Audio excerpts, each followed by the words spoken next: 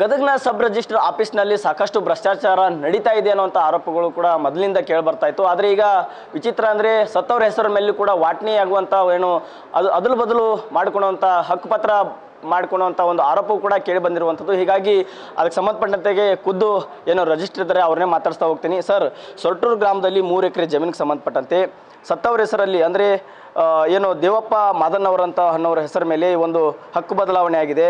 ಇದು ನಿಮ್ಮ ಗಮನಕ್ಕೆ ಬಂದಿದೆ ಅಥವಾ ಇಲ್ವಾ, ಅಥವಾ ನಿಮ್ಮ ಆಫೀಸ್ನಲ್ಲಿ ಈ ಒಂದು ಘಟನೆ ನಡೆದಿದೆ ಅನ್ನೋಂಥ ಆರೋಪ ಕೇಳಿ ಬಂದಿರುವಂಥದ್ದು. ಏನು ಹೇಳ್ತೀರಿ ಸರ್ ಇದಕ್ಕೆ?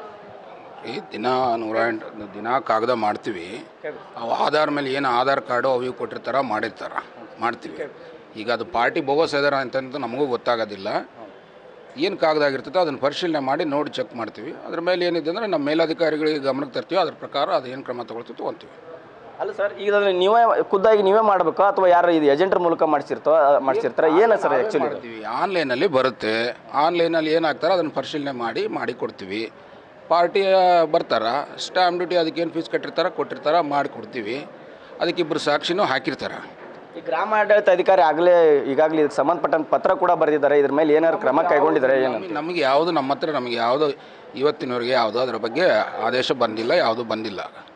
ಅಲ್ಲ, ಈಗ ಇದಕ್ಕೆ ಸಂಬಂಧಪಟ್ಟಂಗೆ ಪ್ರಶ್ನೆ ಮಾಡಿದರೆ ನಿಮ್ಮ ಆಫೀಸ್ನಲ್ಲಿ ಆಮಿಷ ಒಡ್ಡುವಂಥದ್ದು, ಲಂಚ ಕೊಡುವಂಥದ್ದು ಈ ಥರದ್ದು ಯಾವಾಗಿಂದ ನಡ್ಕೊಳ್ತಾ ಬರ್ತಾ ಇದೆ ಸರ್? ಯಾಕೆ ಸರ್? ಆನ್ಲೈನಲ್ಲಿ ಬರ್ತಾವ, ನಮಗೇನು ಗೊತ್ತಾಗಲ್ಲ. ನಮ್ಮ ಹತ್ರ ಯಾರು ಪಾರ್ಟಿ ಬಂದು ಏನೂ ಕೇಳಲ್ಲ. ಕಾಗದ ಬಂದಿರ್ತಾವೆ, ಕಾಗದ ಆನ್ಲೈನಲ್ಲಿ ಹಾಕ್ತೀವಿ, ಪರಿಶೀಲನೆ ಮಾಡ್ತೀವಿ. ಕರೆಕ್ಟಾಗಿದ್ದರೆ ಅದಕ್ಕೆ ಸ್ಟ್ಯಾಂಪ್ ಡ್ಯೂಟಿ ಫೀಸ್ ಎಲ್ಲ ಬರುತ್ತೆ. ಅದು ಬಂದು ಕಾಗದ ಮಾಡ್ಕೊಂಡು ಹೋಗ್ತಾರೆ. ಅಲ್ಲ, ಇದೇ ಪ್ರಕರಣಕ್ಕೆ ಸಂಬಂಧಪಟ್ಟಂತೆ ನಾನು ನಿಮ್ಮಲ್ಲಿ ಖುದ್ದಾಗಿ ಮೊನ್ನೆ ಮಾಹಿತಿ ಕೇಳಿದ್ದೆ. ಇದನ್ನು ನೀವು 2-3 ದಿನ ಬಿಟ್ಟು ಹೇಳ್ತೀನಿ ಅಂತಲೂ ಹೇಳಿದ್ರಿ. ಆದರೆ ಹೊರಗಡೆ ಹೋಗ್ತಿದ್ದಂಗೆ ನಿಮ್ಮ ಅಧಿಕಾರಿಗಳು ಬಂದು ನನಗೆ ಲಂಚದ ಆಮಿಷ ಒಡ್ಡೋದು ಈ ಥರದ್ದು ಯಾವ ಥರ ಸರ್? ಇದು ಯಾವ ಥರದ್ದು? ಅಸ್ಲಾಮನ್ ಅವರು ಯಾರವರು ನಿಮ್ಮ ಸಿಬ್ಬಂದಿ ಒಬ್ರು ಕರೆದು ನನಗೆ ಆಮಿಷ ಒಡ್ತಾರೆ, ದುಡ್ಡು ತಗೋರಿ ಅಂತೇಳಿ ಕೈ ಕೊಡಾಕ್ ಬರ್ತಾರೆ ಸರ್. ಇದು ಇದು ಎಂಥ ಸಂಸ್ಕೃತಿ ಅಂತ ಹೇಳಿ ಸರ್? ಅದಿಲ್ಲ, ಅದನ್ನ ಇಲ್ಲ, ಈ ಥರ ಇಲ್ಲ, ನಡೆಯಲ್ಲ. ಮತ್ತೆ ಯಾಕೆ ಸರ್ ಈ ಥರದ್ದು?